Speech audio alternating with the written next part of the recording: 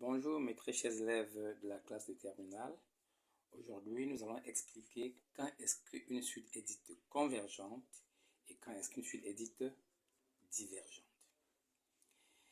Eh bien, si nous avons une suite numérique, UN, si la limite, lorsque n tend vers plus l'infini, de cette suite UN est égale à L, où L ici est un nombre réel, eh bien, nous dirons que la suite UN, est une suite convergente et qu'elle converge vers L. Ça signifie quoi la suite convergente? Ça signifie que à partir d'un certain indice, quand cet indice devient très grand, par exemple, si nous calculons U100, U1000, U10 000 ou U1 million, donc lorsque n devient très grand, le résultat de U indice 1000, 10 000, ainsi de suite, donne toujours un même nombre. Du moins, le résultat est proche d'un même nombre. Ce nombre-là, c'est ce nombre-là que nous appelons ici L. Voyons ça dans un exemple. On nous donne la suite UN définie par UN égale 6, facteur de 2 tiers de n, 2 tiers le tout à la puissance n plus 2. Alors, commençons par essayer de comprendre cela. Calculons par exemple la limite de cette suite quand n tend vers 5. Ce n'est pas un nombre très grand, c'est un nombre pas grand. Bien, nous remplaçons, et si nous faisons le calcul, nous trouvons 2,79. Si nous prenons un nombre qui dépasse un tout petit peu 5, 10 fois plus grand que 5, donc lorsque n tend vers 50, nous trouvons un résultat qui est 2, regardez, on met plein de zéros avant 9. Donc, on trouve un nombre qui est déjà presque égal à 2.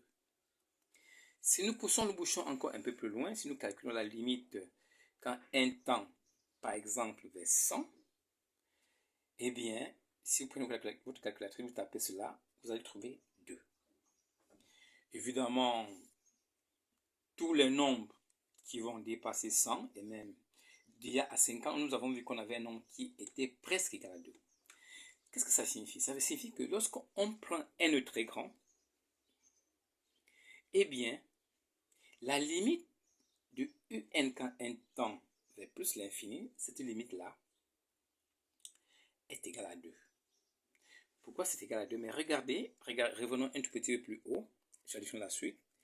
Nous avons notre suite qui est définie avec 2 tiers. Eh bien, 2 tiers est un nombre qui n'atteint pas 1. Si nous avons un nombre qui n'atteint pas 1 et que ce nombre est élevé à une puissance très élevée, bien cet nombre va tendre vers 0. C'est pour cette raison que lorsque n devient très grand, 6 facteur de 2 tiers à la puissance n devient nul. C'est pour ça que cette limite nous donne 2. Donc, comme cette limite nous donne 2, comme la limite de la suite UN, lorsque n tend vers plus l'infini est égal à 2, et que 2 est un nombre réel, on dit que la suite UN est convergente et converge vers 2. Voilà pour ce qui est une suite convergente. Donc, lorsqu'on veut étudier et si une suite est convergente ou pas, le premier réflexe à faire, c'est de calculer la limite de cette suite quand n tend vers plus l'infini. Si par contre, cette limite nous donnait autre chose que L, c'est-à-dire que dans ce cas, ça peut être soit plus l'infini, soit moins l'infini, soit, on va dire quoi, il y a des suites où la réponse n'est pas exacte. Tantôt, ça va donner un nombre, tantôt, ça va donner un autre nombre. Donc, du coup, ça ne donne pas un même nombre. Dans ce cas, la suite est dite divergente.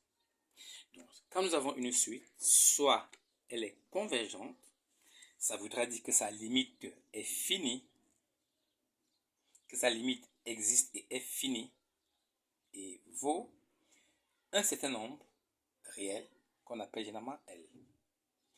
Dans le cas contraire, si la limite n'existe pas, ou si la limite est infinie, ou si la limite n'a pas une valeur fixe, dans tous ces autres cas de figure, la suite est dite divergente.